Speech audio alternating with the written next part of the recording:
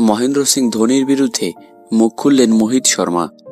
ভারতের প্রাক্তন ক্যাপ্টেনের সঙ্গে খেলার তিক্ত অভিজ্ঞতার কথা জানিয়েছেন তিনি। চ্যাম্পিয়ন্স লিগ টি-20তে একটি ম্যাচে মাঠের মধ্যেই ধোনির কাছে অপমানিত হতে হয়েছিল মোহিতকে।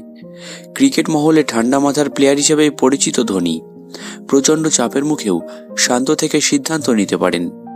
ক্রিকেট প্রেমীরা ধোনিকে যেভাবে দেখে অভ্যস্ত, তার সঙ্গে বাস্তবের অল্প হলেও পার্থক্য রয়েছে বলে জানিয়েছেন মোহিত। একটি ইন্টারভিউতে তিনি বলেছেন, চ্যাম্পিয়ন্স লিগ টি-20তে কলকাতা নাইট রাইডার্সের বিরুদ্ধে ম্যাচের কথা মনে রয়েছে এখনও। মাহি ভাই ঈশ্বর পান্ডেকে বল করতে রেখেছিল। আমার মনে হয়েছিল আমাকেই বল করার জন্য ডাকছে। রান আপে গিয়ে দৌড় শুরু করতে মাহি ভাই চেঁচিয়ে বলে ঈশ্বর বল করবে। ঈশ্বরকে চেঁচিয়ে ডাকতে শুরু করে। সে সময় বাধা দেন আম্পায়ার। তিনি বলেন, বল করার জন্য দৌড় শুরু করে দিয়েছিলাম বলে আমাকেই ওভারটেক করতে হবে। তাতে বেশ রেগে গিয়েছিল মাহি ভাই। সকলের সামনে আমাকে যা তা বলতে শুরু করে। সেই ওভারে মোহিত উইকেট পাওয়ার পরও রাগ কমেনি ধোনির। মোহিত বলেছেন, প্রথম বলেই ইউসুফ পাঠানকে আউট করেছিলাম। সবাই যখন সেলিব্রেট করছিল তখনও মাহি ভাই আমার সঙ্গে খারাপ ব্যবহার করছিল, যদিও মুখে একটা হাসি ছিল।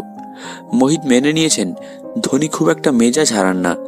36 বছরের জোরে বোলার বলেছেন, মাহি ভাইয়ের সঙ্গে অনেক সময় কাটিয়েছি। খুবই ঠান্ডা মাথার মানুষ। মাহি ভাই রেগে যেতে পারে, এটা বিশ্বাস করাই কঠিন। তবে রেগে গেলে ব্যাপারটা একটু ভয়েরই, বিশেষ করে তরুণ ক্রিকেটারদের জন্য তো বটেই।